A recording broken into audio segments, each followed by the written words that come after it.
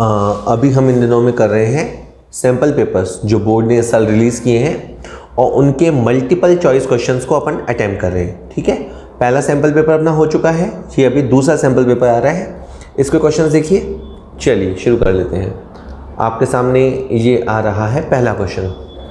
X Limited purchase furniture for ₹20 lakh paying 60% by issue of equity share of 10 each and the balance by check. This transaction will result in okay क्या होता है, X Limited ने sir furniture purchase किया। कितने का purchase किया? 20 लाख का। इस 20 लाख में से 60% यानी 12 लाख के तो उन्होंने शेयर्स दे दिए, बाकी 8 लाख क्या दिया? बाकी 8 लाख का चेक दिया। इस ट्रांजेक्शन से क्या होगा? तो ये ट्रांजेक्शन ऑप्शन है, ये इन्वेस्टिंग एक्टिविटी है, फाइनेंसिंग एक्टिविटी है, cash and cash equivalent increase होगा या इन्वेस्टिंग एक्टिविटी में कैश यूज़ हुआ। तो ऑब्वियस ही बात है, आपने फर्नीचर परचेज किया है, आपका कैश यूज़ हुआ है, लेकिन केवल 8 लाख रुपए यूज़ हुआ है। तो इसका आंसर डी होगा, आपने इन्वेस्टिंग एक्टिविटी में पैसा यूज़ किया है एंड दैट इज़ 8 लाख रुपये। Okay, 40% amount. वेल, आंसर आ गया है, एक्सप्लेनेशन कुछ कट गया है पर ठीक है, वो अपने को पता है कि 20 लाख में से 12 लाख के तो इक्विटी शेयर है, उसका अपने को कुछ नहीं करना, और जो रिमेनिंग 8 लाख है बेटा उसी का अपने को करना है। ठीक है, चलिए नेक्स्ट क्वेश्चन देख लेते हैं। विच of the following is not a limitation of the financial statement analysis. हम फाइनेंशियल एनालिसिस करते हैं, सब जानते हैं। It is affected by personal bias, ये पर्सनल बायस से अफेक्ट होता है, हाँ ये बात सच है। Inter firm comparative study possible, ये एडवांटेज है, लिमिटेशन नहीं है। क्वालिटेटिव एनालिसिस लैक होता है, ये डेफिनेट इसका लिमिटेशन है। इग्नोरिंग प्राइस लेवल चेंजेस, ये भी डेफिनेट सी बात है कि ये भी फाइनेंशियल एनालिसिस का लिमिटेशन है। कि सर क्या क्वेश्चन है? देखो, फाइनेंशियल एनालिसिस आप करते हो, comparative analysis, cash flow, ratio analysis, लेकिन हम उसमें क्वांटिटी को देखते हैं, क्वालिटी तो देखते नहीं है। हम ये भूल जाते हैं कि पिछले साल प्राइजेस कुछ थे, अभी प्राइजेस कुछ हैं, तो वो चीज़ भी अपन भूल जाते हैं। और पर्सनली हर अकाउंटेंट अपने हिसाब से अकाउंटिंग अजम्पशन लेता है, अपने हिसाब से चीज़ों को मानता है। ऐसे में जब उसने फाइनेंशियल स्टेटमेंट ही बायस बनाए हैं तो उनका एनालिसिस भी बायस ही होगा। बाकी ये जो बी पॉइंट लिखा है कि हम दो फर्मों को कंपेयर कर पाते हैं, ये एक एडवांटेज है, इसे आपको लिमिटेशन नहीं बोलना चाहिए, ये बेटा आपका एडवांटेज रहेगा। तो इसका आंसर बी हो जाएगा सर। चलिए, और लिमिटेशंस जैसे प्राइस लेवल चेंजेस को इसने समझाया है कि मान लो पिछले साल हमने 100 यूनिट बेचे, मान लो, और हमने 80 रुपये के भाव से बेचे और सेल हासिल करी 8000। अब इस साल यूनिट 100 नहीं बिके, 80 बिके और हमारी सेल हुई 9600। तो कंपैरेटिव एनालिसिस क्या दिखाएगा कि 8000 की सेल 9600 हो गई, सेल 1600 इंक्रीज़ हो गई और सेल 20% इंक्रीज़ हो गई। लेकिन आप अच्छे से देखते हो तो पता लगता है कि सेल 20% इंक्रीज़ नहीं हुई है, सेल 20% डिक्रीज़ हुई है, क्योंकि पिछले साल 100 यूनिट थे और अभी 80 यूनिट हैं। तो बेसिकली आपके 20 यूनिट्स डिक्रीज़ हुए हैं, 20% सेल गिर गया है। लेकिन पेपर्स पे क्या शो हो रहा है कि सेल 8000 से 9600 हो गई। सेल क्यों बढ़ी है? प्राइस का लेवल चेंज होने की वजह से। इसीलिए कई बार गलत पिक्चर सामने आ जाती है। तो इसलिए फाइनेंशियल स्टेटमेंट एनालिसिस जब आप करते हैं तो भी आपको ध्यान रखना चाहिए कि बिहाइंड द कर्टेन क्या है, पर्दे के पीछे क्या है, ये भी आपको देखना चाहिए। ठीक है बेटा, तो ये इसका एग्जाम्पल रहा। The financial analysis might be ambiguous without the prior knowledge of the changes in the accounting procedure followed by an enterprise. सही बात है, आपने पिछले साल कुछ एक पॉलिसी अलग लगाई, इस साल पॉलिसी आपने चेंज कर दी, तो उसकी वजह से भी डिफरेंसेस आ सकता है। तो अकाउंट्स के साथ मैनिपुलेशन, छेड़छाड़ हो पाती है, तो आपको एनालिसिस में ध्यान रखना चाहिए। और क्या दिखता है? Monetary data alone is contemplated in financial analysis while non monetary factors are overlooked. ये एक प्रॉब्लम है ही है, आप केवल फाइनेंशियल फिगर्स देखते हो, आपके एम्प्लॉयज़ हो सकता है सेटिस्फाई ना हो, आपके कस्टमर सेटिस्फाई ना हो, आपका लोकेशन प्रीमियम हो ना हो, ऐसे कई क्वालिटेटिव फैक्टर्स होते हैं जिनको ये इग्नोर करता है। ठीक है सर, चलिए नेक्स्ट क्वेश्चन है, under which of the following head और सब head is forfeited share presented in the balance sheet of a company. Well, अगर कंपनी शेयर को फॉरफिट करती है तो शेयर फॉरफिटेड अकाउंट क्रेडिट होता है। जब आप फॉरफिचर की एंट्री देखेंगे तो वो क्रेडिट होता है।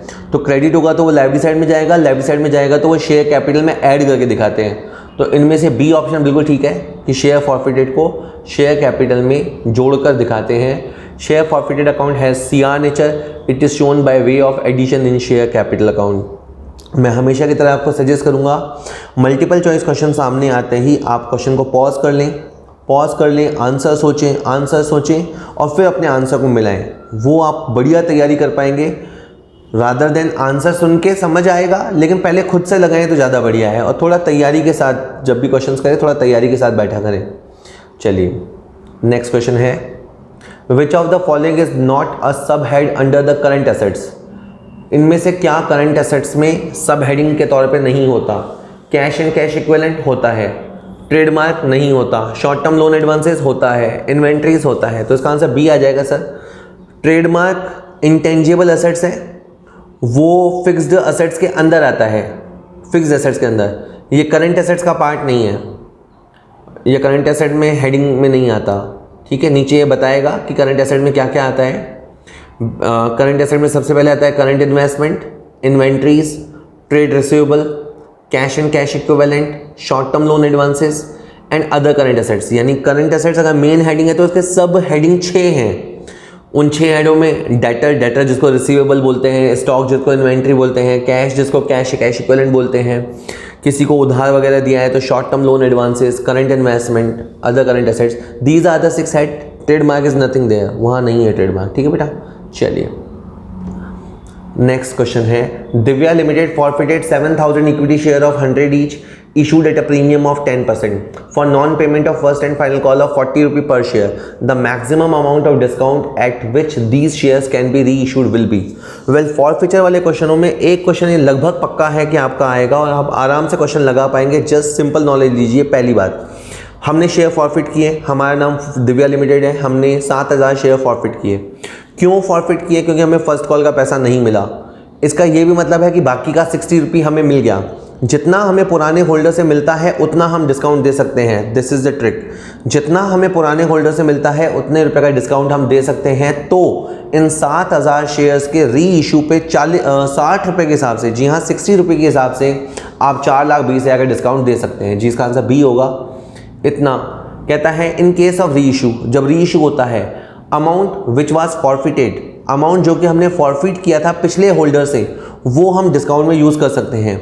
आपने इस क्वेश्चन में 60 रुपये फॉरफिट किया तो एट मैक्सिमम आप 60 रुपये के हिसाब से 4,20,000 का डिस्काउंट दे सकते हो। ठीक है सर, ये क्वेश्चन कई तरह से घुमा के पूछा जाता है। अगर आपको कॉन्सेप्ट पकड़ में आ गया तो आप हर क्वेश्चन को फटाफट आंसर करोगे और बढ़िया आंसर करोगे। ठीक है जी, चलिए अगला क्वेश्चन देखते हैं। Shobha limited decided to redeem its 8,009% debenture of 100 rupee each issued at a discount of 9%, redeemable at a premium of 10%.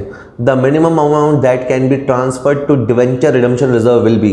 Well, debenture अगर इशू किया है तो कभी ना कभी रिडम्पशन होगा, और रिडम्पशन अगर होगा तो उससे पहले आपको रिजर्व क्रिएट करना होगा। मिनिमम 25% रिजर्व में डालना पड़ता है। 25% होता है फेस वैल्यू का। आप 8 लाख के बदले 8,80,000 देना चाहते हो, 8 लाख की प्लेस पे 880 देना चाहते हो, वो आपका पर्सनल लुकआउट है। जहाँ तक DRR रिक्वायरमेंट की बात है, आपको फेस वैल्यू का 25% बनाना होगा। तो 8 लाख का 25% बेटा जी 2 लाख रुपए, इसका सी आंसर हो जाएगा। ठीक है जी, minimum 25% of face value to be transfer to DRR before starting redemption. DRR will be 2 lakh rupee. Well, next question आ रहा है आपकी स्क्रीन पे। The director of Unim Limited forfeited 30,000 shares of 10 rupee each for non-payment of final call of 3 rupee per share. Half of the forfeited shares were reissued as fully paid up for rupees 12 rupee per share. The amount to be transferred to the capital reserve account will be. Well, दो बातों से शुरू करेंगे। पहली बात, हमने share forfeit किए, share 10 रुपये का था, 3 रुपये हमें नहीं मिले। इसका ये मतलब है कि 7 रुपये हमें मिल गए थे। 7 रुपये मिल गए थे तो 7 रुपये का डिस्काउंट हम दे सकते थे। अगर हाफ शेयर्स की बात करें तो 30,000 का हाफ होता है 15,000 शेयर। 15,000 शेयर्स पे 7 रुपये के हिसाब से 1,05,000 दे सकते थे। 15,000 शेयर्स पे 7 रुपये के हिसाब से 1,05,000 रुपये दे सकते थे, पर हमने नहीं दिया। चूंकि हमने डिस्काउंट नहीं दिया यानी हमने पैसा बचा लिया, सेव कर लिया, दिस इज द प्रॉफिट, तो 1,05,000 विल बी द आंसर। सी इसका आंसर होगा बेटा जी। ठीक है, वापस कहता है डिस्काउंट कितना दे सकते थे, जितना आपने अमाउंट फॉरफिट किया। 7 रुपये के हिसाब से 1,05,000 आप डिस्काउंट दे सकते थे, but no discount was given actually. आपने डिस्काउंट तो दिया ही नहीं, सारा का सारा अमाउंट आपने सेव कर लिया। इसे हम कैपिटल प्रॉफिट मानते हैं, ऐसा प्रॉफिट जो कभी कभी होता है, और इसे हम कैपिटल रिजर्व में ले जाएंगे। ठीक है सर, आप खुद क्वेश्चन कीजिए, आपको बहुत अच्छे लगेंगे, और बैठ गए तो भी अच्छे लगेंगे, और नहीं बैठे तो कोई बात नहीं, सीखने को मिलेगा। विच of the following is not an item under the current assets? इसमें से क्या करंट एसेट्स में नहीं आता? कैश इक्विवेलेंट आता है, कैपिटल एडवांसेस नहीं आता, शॉर्ट टर्म लोन एडवांस आता है, इन्वेंट्री आता है। तो आपके बाद आंसर है कैपिटल एडवांस। ये क्वेश्चन घुमा के पूछा गया है। वेल, कैपिटल एडवांस क्या होता है? जब आप किसी असेट के लिए, खास करके फिक्स्ड असेट्स के लिए पैसा देते हो, जैसे मशीन के लिए आपने एडवांस दे दिया, बिल्डिंग के लिए कॉन्ट्रैक्टर को एडवांस दे दिया, तो उसे हम कहते हैं capital advance. Remember, capital advance जो है वो नॉन करंट एसेट्स कैटेगरी का है, और पूछा गया था करंट एसेट्स कैटेगरी के लिए, तो इसीलिए कुल मिलाकर इसका आंसर बी हो जाएगा, कैपिटल एडवांस। कहता है capital advances are the advances given for the procurement of fixed assets which are non current assets. ठीक है, प्रोक्योर करना मतलब किसी चीज़ को पाना, हासिल करना, खरीदना। Typically companies do not expect to realise them in cash. एक बार अपन एडवांस दे देते हैं तो अब तो वो चीज़ आएगी, वो पैसा हमें कैश में क्यों मिलेगा? Rather over the period these gets converted into the fixed assets. By nature capital advance is the current non current assets, और these will be shown as the long term loan advance. ये further knowledge है कि capital advance कहाँ जाता है, इसका address है long term loan and advance. आप अच्छे से समझ लीजिए, बैलेंस शीट में आपको पता होना चाहिए कि किस आइटम का एड्रेस, हेडिंग और सब हेडिंग क्या है। तो कैपिटल एसेट्स का जो हेडिंग और सब हेडिंग है वो है long term loan and advances. ठीक है बेटा जी, चलिए और देख लेते हैं। Machinery was purchased for rupees 10 lakh by paying 40% of issue of equity share of 10 each and the balance by check। Well, ये तो बड़ा आसान हो गया। 10 लाख की मशीन खरीदी, 4 लाख के आपने शेयर दे दिए, बाकी का 6 लाख का चेक दे दिया। तो 6 लाख को इन्वेस्टिंग एक्टिविटी बोलेंगे। इन्वेस्टिंग एक्टिविटी में आउटफ्लो या यूज़ की तरह दिखाया जाएगा। पहला ऑप्शन बिल्कुल सही है कि इसे कैश यूज़ माना जाएगा। बी ऑप्शन गलत है, सी गलत है, डी भी गलत है क्योंकि डी में अमाउंट गलत है। आपने जितना कैश दिया या जितना चेक दिया या जितने करंट एसेट इन्वेस्टमेंट दिए उसी को कंसीडर किया जाएगा बेटा। तो 6 लाख रुपए इसका आंसर होगा, ए आंसर होगा। चलिए नेक्स्ट, अगला क्वेश्चन है बेटा जी, which of the following is not a limitation of financial statement analysis. ये क्वेश्चन सेम है पर ऑप्शंस इस बार अलग आएंगे। ये पर्सनल बायस से अफेक्ट होता है, हाँ। इंटरफर्म, अच्छा ऑप्शंस भी वही हैं, सेम क्वेश्चन आ गया है। इंटरफर्म कंपैरेटिव स्टडी पॉसिबल होती है, ये लिमिटेशन नहीं है, ये एडवांटेजेस है। क्वालिटेटिव एनालिसिस नहीं हो पाता, ये भी लिमिटेशन है। प्राइस लेवल चेंजेस को आप ध्यान नहीं रखते, ये भी लिमिटेशन है। तो पहली, तीसरी और चौथी इसकी लिमिटेशन है, सेकंड इसका एडवांटेज है। इस क्वेश्चन के हिसाब से सेकंड आंसर हो जाएगा। ऑलवेज रिमेंबर, आपको क्वेश्चन में क्या मांगा गया है ये मैटर करता है, उसी अकॉर्डिंग आंसर देना होता है। Option B is correct since it is an advantage not an limitation and the rest are the limitations. ठीक है, चल आधे क्वेश्चन हो गए 10। अगला है security deposits are presented in the balance sheet of the company under the sub head. Well, security deposit के दो मीनिंग हो सकते हैं। हमने किसी के पास सिक्योरिटी जमा कराई या किसी ने हमारे पास सिक्योरिटी जमा कराई। तो बाय द वे, हमने टेलीफोन का कनेक्शन लिया और सिक्योरिटी जमा कराई, या लाइट का कनेक्शन लिया और सिक्योरिटी जमा कराई, तो ये एक तरह का लॉन्ग टर्म लोन एडवांस होता है। ऑप्शंस में बी ऑप्शन मुझे ठीक लगता है। ठीक है, एक मेरा तरीका ये रहता है कि ऑप्शंस में नहीं देखता, अगर मुझे क्वेश्चंस का आंसर वैसे ही आता है तो मैं वैसे ही आंसर देख के ऑप्शन पिक कर लेता हूँ। तो बी आंसर हो गया। वैसे इन्होंने आगे बताया कि लॉन्ग टर्म लोन एडवांस के अंदर दो तरह की चीज़ आती है, कैपिटल एडवांस जो हम किसी फिक्स एसेट्स को हासिल करने के लिए देते हैं, और सिक्योरिटी डिपॉजिट जो हम कोई चीज़ें कनेक्ट करवाने वगैरह के लिए देते हैं। हो सकता है हमने एक बिल्डिंग किराए पे ली और सामने वाले ने हमें कहा कि आपको 6 महीने का रेंट सिक्योरिटी के तौर पे देना पड़ेगा। तो 6 महीने का रेंट जो हमने जमा कराया वो अब नॉन करंट एसेट्स है, क्योंकि वो कैश में तो मिलेगा नहीं। इसी तरह का अगर आपने लोन और एडवांस दिया है किसी रिलेटेड पार्टी को, जैसे आपकी कंपनी है और आपकी कंपनी की कोई छोटी सब्सिडियरी कंपनी है, हम पेरेंट कंपनी है वो सब्सिडियरी कंपनी है, उसे अगर हमने लोन दिया है या हमने डायरेक्टर्स को लोन दिया है, ठीक है, तो इस तरह की आइटमें लॉन्ग टर्म लोन एडवांस में आती है। चलिए थोड़ा सा और सुनते हैं। अगला क्वेश्चन है, Swati and Aman were partners in a firm. Their fixed capital were 9 lakh, 3 lakh respectively. They shared profits in the ratio of their capital. Well, 9:3, 3:1. Divya was admitted as a new partner for 1/4 share in the profits of the firm. Divya brought rupees 60,000 as her share of goodwill premium and 6 lakh rupee as her capital. The amount of goodwill premium credited to Swati's account will be, well, पहली बात तो है नया partner आएगा तो goodwill का पैसा लाएगा। 60,000 वो लाई, 60,000 वो लाई। देखा ये जाएगा किसने सेक्रीफाइस किया, तो स्वाति और अमन ने सेक्रीफाइस किया। क्वेश्चन जब नहीं बताता कि what are the sacrifice ratio, तो हम मानते हैं कि ओल्ड पैटर्न में सेक्रीफाइस हुआ होगा। इनका ओल्ड रेशो 3:1 है, तो स्वाति ने 3 और अमन ने 1 पॉइंट का सेक्रीफाइस किया है, तो 3:1। तो 60,000 मल्टीप्लाई 3/4, 45,000, 45,000 रुपये। सर इसमें सी आंसर हो जाएगा, 45,000 स्वाति के अकाउंट में जाएगा। जी हाँ, सही जवाब। कहता है ओल्ड रेशो आपको दे रखा है, सेक्रीफाइस नहीं दे रखा, तो हम old ratio equal to sacrifice ratio मान के स्वाति को क्रेडिट कर देंगे। चलिए अगला क्वेश्चन आता है sir, Manu and Kanu were partners in a firm sharing profit and losses in the ratio of 2:3. Their fixed capital were 10 lakh and 5 lakh respectively. They were entitled to an interest on capital 10%. The firm earned a profit of 60,000 during the year. The amount of interest on capital credited to Kanu will be, well, अगर इस firm के पास अच्छा profit होता, by the way अच्छा profit होता, तो जिसकी 10 लाख की कैपिटल है उसे 1 लाख मिलता और जिसकी 5 लाख की कैपिटल है उसे 50,000 मिलता। यानी 1 लाख रुपए और 50,000 रुपये मिलता। इसके लिए 1.5 लाख रुपया 1,50,000 होना भी तो चाहिए। इनके पास ओनली 60,000 है। देखो, एक बंदा 1 लाख रुपए मांग रहा है 100 के, और दूसरा बंदा 50 के मांग रहा है, ठीक है, 100 के और 50 के, पर देने के लिए आपके पास 150 के है नहीं, तो इसके बीच का रेशियो बना लो विच इज़ 2:1। ठीक है सर, 2:1।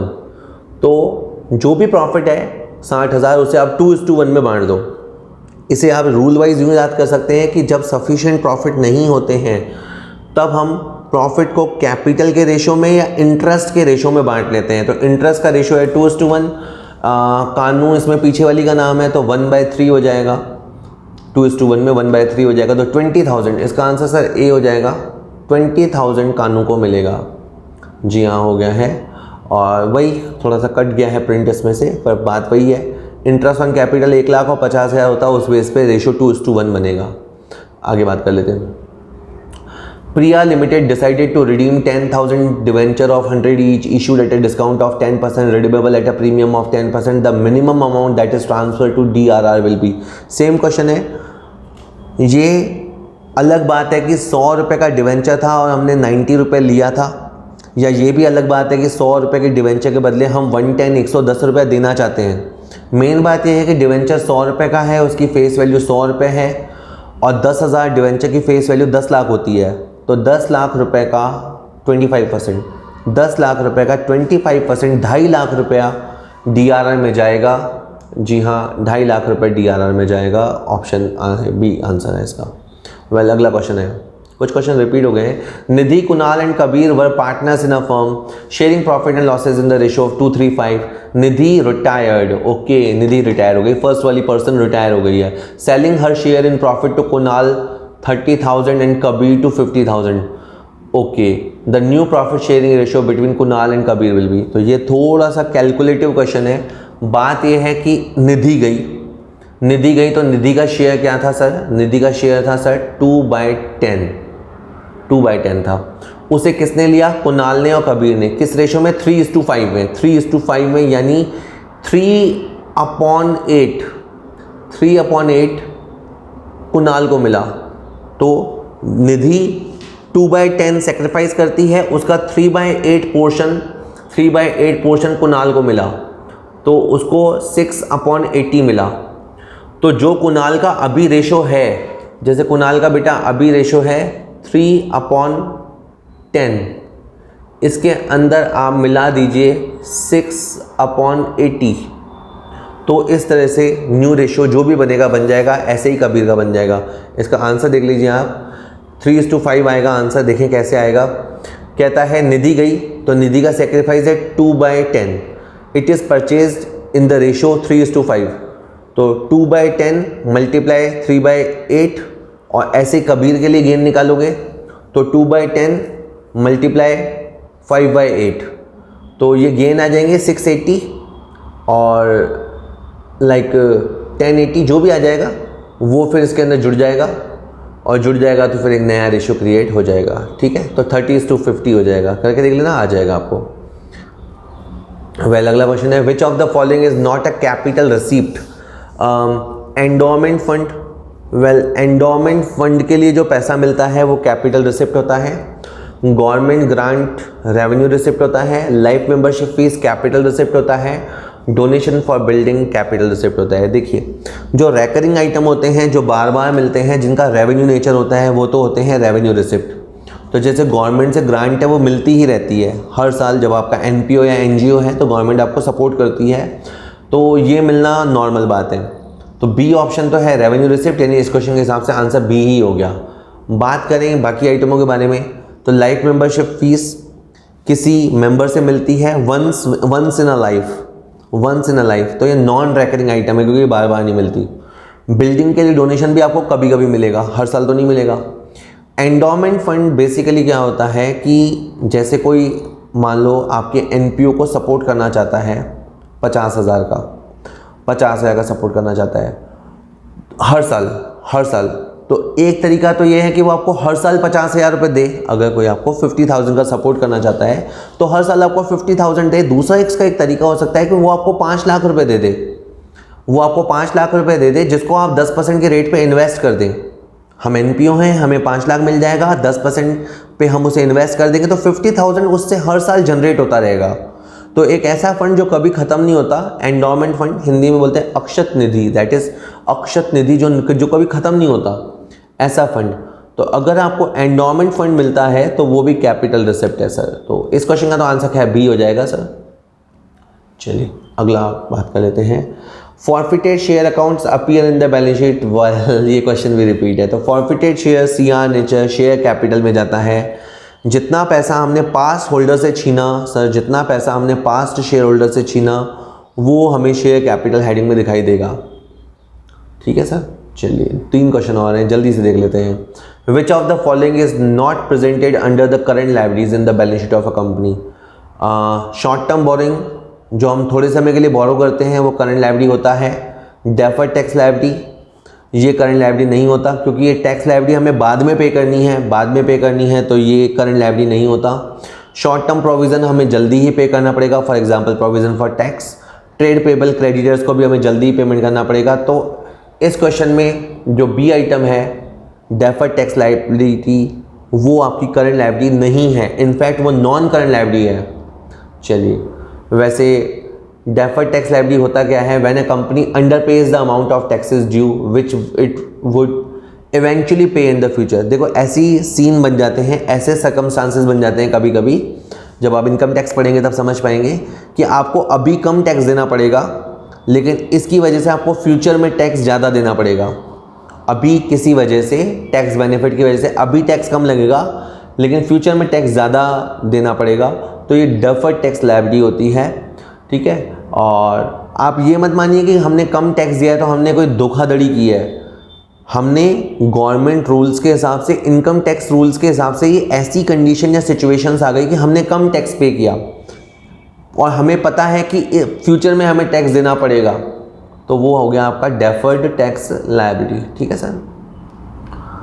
चलिए, विच of the following is a capital receipt? Subscription हमें हर साल मिलता है मेंबर से, तो revenue receipt. Used sports material जैसे क्रिकेट बैट बॉल टूट गए फट गए, उनको सेल कर दिया, ऐसा स्पोर्ट्स क्लब में होता रहता है, रेवेन्यू रिसिप्ट। एंडोमेंट फंड कभी कभी मिलता है, कैपिटल रिसिप्ट। एंट्रेंस फीस हमें मेंबर्स से हर साल मिलती है क्योंकि हर साल मेंबर हमें ज्वाइन करते हैं और हमें एंट्रेंस फीस हमेशा मिलती रहती है, तो एंडोमेंट फंड इसका आंसर हो जाएगा सर। चलिए लास्ट क्वेश्चन है, सब्सक्राइब्ड कैपिटल इज वेल हमें पता है कि हम शेयर्स पब्लिक को ऑफ़र करते हैं, कंपनी होने के नाते हम शेयर्स पब्लिक को ऑफ़र करते हैं, और शेयर्स जब वो ले लेते हैं, परचेज़ कर लेते हैं, तो वो सब्सक्राइब्ड कैपिटल बनता है।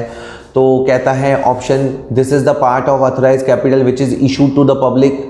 Second, the part of the issued capital which has been actually subscribed by the public, B option सही है। The part of the subscribed capital which has been called up on the shares, and the part of the subscribed capital which is not yet been called on the shares. Well, जो C part है, जितना पैसा हम उनसे मंगा लेते हैं वो कहलाता है कॉल्ड अप कैपिटल, जितना पैसा नहीं मंगाते हैं, डी ऑप्शन, वो कहलाता है अनकॉल्ड कैपिटल। और हमने जैसे उनकी तरफ 10,000 शेयर्स थ्रो किए, इशू किए, और उन्होंने 9,000 शेयर्स को खरीद लिया, तो actually shares purchased bye the public called subscribed capital. तो इसका आंसर बी होगा। होप आपको ये वीडियो अच्छा लगा होगा, थोड़ा बहुत समझ में आया होगा। अगर कहीं एरिया आपको पता लगता है कि ये मेरा वीक एरिया है तो इस पर काम कीजिए। कुछ एक वीडियोस हमने बना रखे हैं, उन वीडियोस को देखिए, उसकी आपको मदद मिलेगी। Okay, thank you very much.